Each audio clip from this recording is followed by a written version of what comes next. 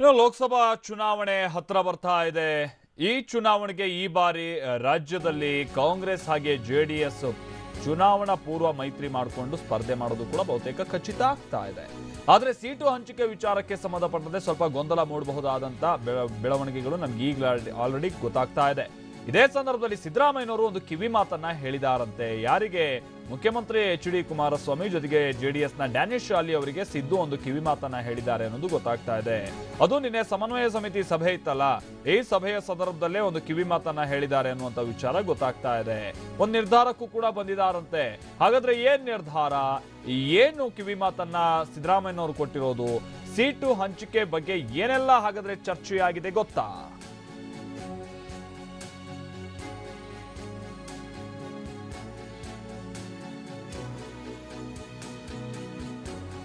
ಗೊಂದಲಗಳಾಗಬಾರದು ಅನ್ನುವಂಥ ನಿಟ್ಟಿನಲ್ಲಿ ಬಹುಶಃ ಮಾಜಿ ಮುಖ್ಯಮಂತ್ರಿ ಸಿದ್ದರಾಮಯ್ಯನವರು ಮುಖ್ಯಮಂತ್ರಿ ಕುಮಾರಸ್ವಾಮಿ ಹಾಗೆ ಡ್ಯಾನಿಶ್ ಶಾಲಿಗೆ ಒಂದಷ್ಟು ಕಿವಿ ಮಾತನ್ನ ಹೇಳಿದ್ದಾರೆ.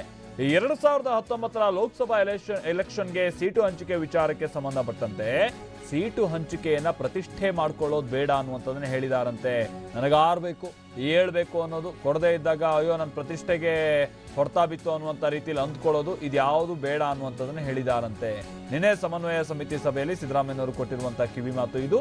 ಮುಖ್ಯಮಂತ್ರಿ ಕುಮಾರಸ್ವಾಮಿ ಹಾಗೆ ಡ್ಯಾನಿಶ್ ಶಾಲಿಗೆ ಕಿವಿ ಮಾತನ್ನ ಹೇಳಿದ್ದಾರೆ ಸಿದ್ದರಾಮಯ್ಯನವರು. ಹೇಳಿ ಕೇಳಿ ಸಮನ್ವಯ ಸಮಿತಿ ಅಧ್ಯಕ್ಷ.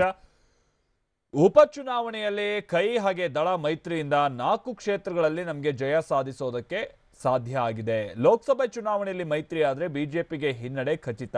ಕೇಂದ್ರದಲ್ಲಿ ಬಿಜೆಪಿಯನ್ನ ದೂರ ಇಡೋದಕ್ಕೆ ನಾವು ಮುಂದುವರಿಬೇಕಿದೆ ಈ ಮೈತ್ರಿಯನ್ನ. ಸಮನ್ವಯ ಸಮಿತಿ ಸಭೆಯಲ್ಲಿ ಮುಖ್ಯಮಂತ್ರಿ ಎಚ್.ಡಿ.ಕೆ ಅಭಿಪ್ರಾಯವನ್ನ ಪಟ್ಟಿದ್ದಾರಂತೆ. 28 ಕ್ಷೇತ್ರಗಳ ಪೈಕಿ 20 ಕ್ಷೇತ್ರಗಳನ್ನ ಗೆಲ್ಲುವ ಗುರಿಯನ್ನ ಹೊಂದಬೇಕು. ಬಿಜೆಪಿಗೆ ಮೈತ್ರಿ ಮುಖಾಂತರವಾಗಿ ರಾಷ್ಟ್ರ ಮಟ್ಟದಲ್ಲಿ ಮುಖಭಂಗ ಮಾಡಬೇಕು. ಹೀಗಾಗಿ ಜೆಡಿಎಸ್ ಕಾಂಗ್ರೆಸ್ ಪ್ರತಿಷ್ಠೆ ಮಾಡ್ಕೊಳ್ಳೋದು ಬೇಡ, ಇಂತಿಷ್ಟೇ ಸೀಟು ಜೆಡಿಎಸ್ ಬಿಟ್ಕೊಡ್ಬೇಕು ಅನ್ನುವಂಥದ್ದು ತರವಲ್ಲ ಅನ್ನುವಂಥದ್ದನ್ನ ಕೂಡ ಮಾಜಿ ಸಿಎಂ ಸಿದ್ದರಾಮಯ್ಯನವರು ಬಹುಶಃ ಈ ಸಂದರ್ಭದಲ್ಲಿ ಮಾತನಾಡಿದ್ದಾರೆ ಅಂತ ಕಾಣಿಸುತ್ತೆ. ವಿನಯ್ ನಮ್ಮ ಪ್ರತಿನಿಧಿ ಇದಕ್ಕೆ ಸಂಬಂಧಪಟ್ಟಂತೆ ಮತ್ತಷ್ಟು ಡೀಟೇಲ್ಸ್ ಅನ್ನ ಕೊಡ್ತಾರೆ. ವಿನಯ್, ಕಿವಿ ಮಾತನ್ನೇನೋ ಹೇಳ್ತಾರೆ, ಬಟ್ ಕಿವಿಗೆ ಹಾಕೊಳ್ಳುವಷ್ಟರ ಮಟ್ಟಿಗೆ ಮಾತ್ರನಾ ಅಥವಾ ಅದನ್ನೇ ಪಾಲಿಸುವಷ್ಟರ ಮಟ್ಟಿಗೆ ಮುಂದುವರಿಬೋದಾ? ಅವ್ರು ಕೊಟ್ಟಿರುವಂತಹ ಕಿವಿ ಮಾತು ಮುಂದಾಗ್ಬೋದಾ ಅಂತ ಗೊಂದಲಗಳಿಗೆಲ್ಲ ಬ್ರೇಕ್ ಬೀಳುವಷ್ಟರ ಮಟ್ಟಿಗೆ ನಿನ್ನೆ ಏನ್ ಮಾತುಕತೆ ಆಗಿರ್ಬೋದು ವಿನಯ್?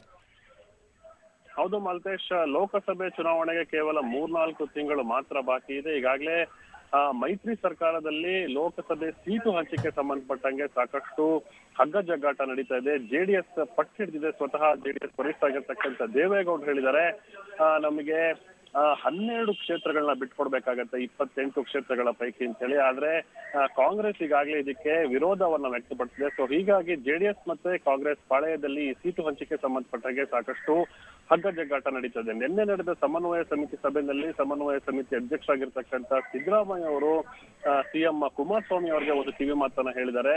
ಸೀಟು ಹಂಚಿಕೆಯಲ್ಲಿ ಅಂದ್ರೆ ಸಂಖ್ಯೆಯ ಆಧಾರದ ಮೇಲೆ ನಾವು ಚುನಾವಣೆ ಎದುರಿಸೋದು ಬೇಡ, ಬಿಜೆಪಿಯನ್ನ ದೂರ ಇಡೋದಕ್ಕೆ ನಾವು ಯಾವುದೇ ಕಾರಣಕ್ಕೂ ರಾಜಿ ಆಗೋ ಪ್ರಶ್ನೆ ಇಲ್ಲ. ಇದರಲ್ಲಿ ಎಲ್ಲಿ ಯಾವ ಕ್ಷೇತ್ರದಲ್ಲಿ ನಮ್ಮ ಬಲಾಬಲ ಇದೆ ಅಂತ ಕ್ಷೇತ್ರಗಳಲ್ಲಿ ನಾವು ಸೀಟು ಹಂಚಿಕೆಯನ್ನ ಮಾಡಿಕೊಳ್ಳೋಣ ಅಂತ ಹೇಳಿ ಒಂದು ಕಿವಿ ಮಾತನ್ನ ಹೇಳಿದ್ದಾರೆ. ಆದ್ರೆ ನಯವಾಗಿ ಕುಮಾರಸ್ವಾಮಿ ಅವರು ಈ ಏನು ಆಫರ್ ಅನ್ನ ಸಿದ್ದರಾಮಯ್ಯ ಅವರು ಇಟ್ಟಿದ್ರು ಅದನ್ನ ನಯವಾಗಿ ತಿರಸ್ಕರಿಸಿ ನೇರವಾಗಿ ನೀವು ದೇವೇಗೌಡರ ಜೊತೆಗೆ ಮಾತನಾಡಿ ಅಂತ ಹೇಳಿ ಒಂದು ಮಾತನ್ನ ಹೇಳಿದ್ದಾರೆ. ಸೊ ಹೀಗಾಗಿ ಈಗ ಚೆಂಡು ದೇವೇಗೌಡರ ಬಳಿ ಬಂದಿದೆ. ಸ್ವತಃ ಸಿದ್ದರಾಮಯ್ಯ ಅವರೇ ನನ್ನ ಹೇಳಿದ್ದಾರೆ, ನಾನು ದೇವೇಗೌಡರ ಬಳಿ ಇದಕ್ಕೆ ಸಂಬಂಧಪಟ್ಟ ಹಾಗೆ ಮಾತಾಡ್ತೀನಿ ಅಂತ. ಒಟ್ಟಾರೆಯಾಗಿ ಏನು ಈ ಹಗ್ಗ ಜಗ್ಗಾಟ ನಡೀತಾ ಇದೆ, ಇದೀಗ ಸಿದ್ದರಾಮಯ್ಯ ಅವರೇ ನೇರವಾಗಿ ದೇವೇಗೌಡರ ಬಳಿ ಮಾತುಕತೆ ನಡೆಸಿ 12 ಸೀಟ್ಗಳನ್ನ ಬಿಟ್ಕೊಡ್ಬೇಕಾ ಅಥವಾ ಅದಕ್ಕಿಂತ ಕಡಿಮೆ ಸೀಟನ್ನ ಬಿಟ್ಕೊಡ್ಬೇಕಾ ಅಂತ ಹೇಳಿ ತೀರ್ಮಾನ ಕೈಗೊಳ್ಳಲಾಗುತ್ತೆ. Maltesh, okay, thank you Vinay.